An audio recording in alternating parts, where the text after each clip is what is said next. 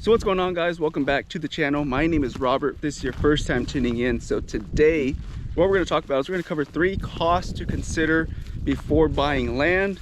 Again, these are costs that I've had to go through as well, and I'm sharing it with you guys here on YouTube, especially since land here in Texas is kind of taking off, particularly more the sub parcels, these small parcels.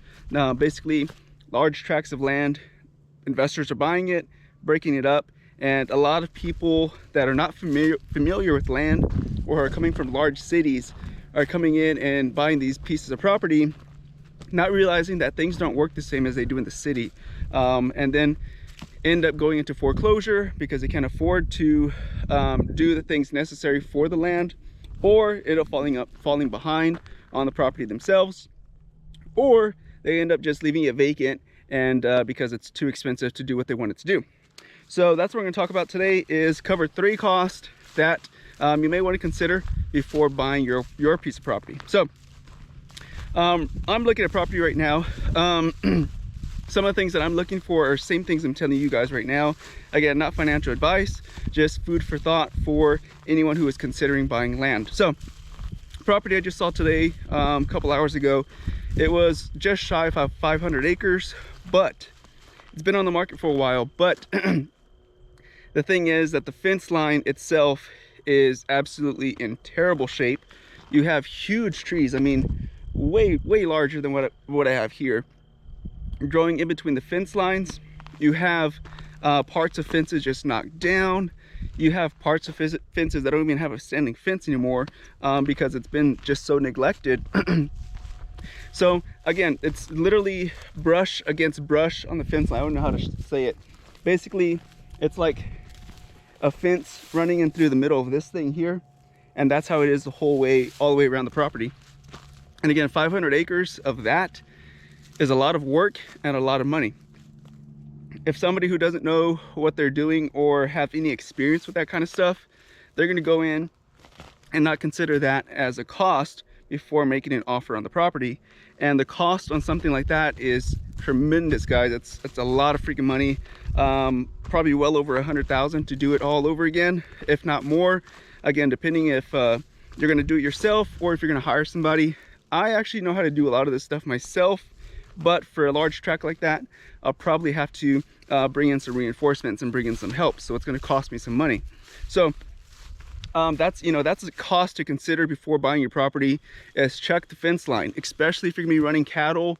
It's gonna be your responsibility to make sure that the cattle are fenced in properly, that you have a good fence for the cattle.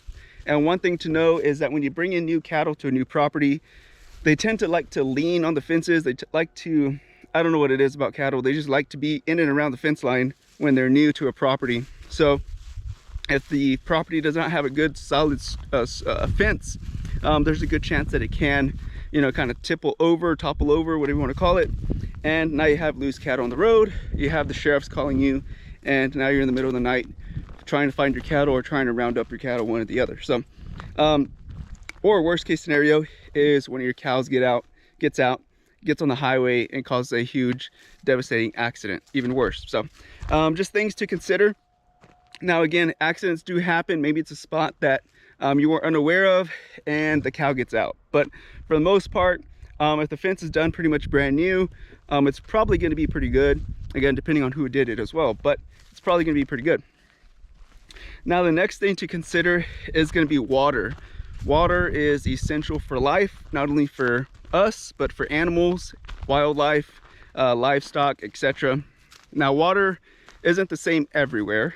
Here in South Texas, wells are a little bit cheaper sometimes to drill than they are, say, in the hill country. And the reason is because of the soils. In the hill country, they have a little bit more rocky soils. It takes a little bit more wear and tear on the bits and the drilling equipment. So, of course, the drillers have to incorporate that into their costs. So to drill a well over there for probably the same depth over here, it's going to cost more. So it's going to be, and I'll give you a quick example. I drilled one 7 years ago, 5 years ago, something like that. I think I paid like 13 or 14,000 for it. Today, that same well is probably between 25 and 30,000. If I was to do that in the hill country, you're probably looking at closer to 40, if not more today. So things to consider is obviously water. And you know, 30,000-40,000 is not a cheap expense for anyone, unless you are extremely rich. For most people, it's not you know, it's not like just pulling some change out of the pocket. So it's something that we need to prepare for, but that a lot of people just don't know about. So water is super essential. There's a lot more work that goes into just water itself. Again, you're going to make sure you even have water below your property. There are some places that don't necessarily have water or good water underneath their properties, but that's something you have to do your due diligence on. Always look around your area, especially in a small tract. If you're in a 10-acre tract, you can usually just check your neighbors, and all the wells are actually kind of public. You can actually look up all these wells, how deep they are, when they were drilled, what kind of water quality, all that stuff's available online. Like I was saying, for a 10-acre tract, you can just go around your neighbors, see how many of them have water wells, click on the details, and you can actually tell if they have good water or not, how deep they had to go. From there, you can tell how deep they went, so that way you know how deep you have to go today. And then you can usually calculate how much you could expect to pay based off of your depth. Again, depending on the size of motor you get as well, if you get a heavier grade motor, it's going to cost you more money as well, or a heavier grade pump.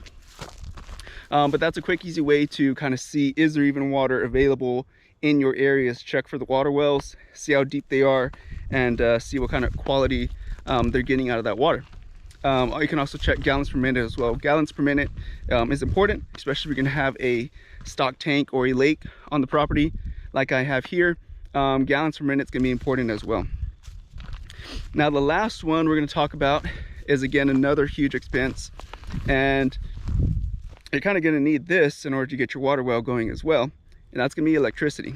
So a lot of people don't realize how expensive electricity is, and I laugh because a lot of people come to me later, friends of mine, that buy property not realizing, oh shit, I have to pay $20,000 to get electricity out there, $50,000, whatever, right? A lot of people don't realize how it works. They usually charge you by the distance from the initial pole that they're gonna be starting from. So see, like right now there's not even any poles around me, so if I was to drop a line of electricity over here, closest pole, I don't even know how far it is, probably pretty far. Just for example, just for shits and giggles, if I was to drop a line of electricity right here, we're probably looking at, I would say, between $150,000 to $200,000 to get an electricity pole right here from the closest one, because I know I have one down there and I'm considering that pole over there. About $150,000 to $200,000 to get it over here, which is crazy. And that's because they charge you by the distance that they have to go. And I think they can stretch it like 300 feet per pole or 250 or something like that. It's been a while since I've had to do one, but they charge you by the distance. So a lot of people, when they are looking at property, buying property, they don't realize that you have to pay to get electricity out there. It's not like buying a residential home in the city where all the connections are there and they just got to hook it up. It's not like that. You have to pay to have the service pole even put out there, or to even get any kind of poles put on your property. Now, sometimes you'll see some properties, I know a lot of people that do this, but I see some properties, you'll see some properties that they put a house right by the road or right by a telephone pole, electricity pole, whatever. That's because it's cheaper. It's cheaper because they don't have to go as far to get electricity. So say there's a pole, say this mesquite tree right here is a pole, I can drop my service pole, 40, 50, 100 feet from here. It'll be cheaper than putting the service pole 300, 400, or 500 feet. So that's why sometimes you'll see some houses that are closer to the road as well. Again, that's probably not all they're considering, but that is definitely a consideration. And I know people that do that basically because of the cost. It costs too much money to run the electricity to deep inside the property where they really, really wanted it. Again, nobody wants to buy a property and then have to settle for something that they actually didn't want. So it's a good idea to plan ahead. Owning land or building out in the country is very expensive. You'll see a lot of people that put mobile homes out there as well because it's more affordable. But just getting the electricity out there and then buying the mobile home, you probably could have bought, you know, a decent house in the city if you really wanted to. Some quick little hacks in case, you know, this is something extra, but for those of you guys who stayed to the end. But a quick little hack is if you have a neighbor, say me and this neighbor here or whatever, right? Say this is a neighbor. We want to run some electricity out here. Maybe I want to build a home in the woods over here. He wants to build a home over there in his woods. We can split the cost of running an electricity line through here. Say it's $50,000. Who wants to pay $50,000? I pay 25, he pays 25, and now we both have electricity. We can share that pole and drop our service lines from there. So that's a quick little hack. I've seen people do it, especially in very small rural cities where you kind of know each other. That's kind of where I see it happening more often. But yeah, it's something that you can definitely talk to and split the cost if you're interested with your neighbor as well. It's a quick little hack and it saves you thousands of dollars. But yeah, I hope you gained some value from this. Without further ado, be careful, be good, take care, and God bless. See you guys in the next one. Bye-bye.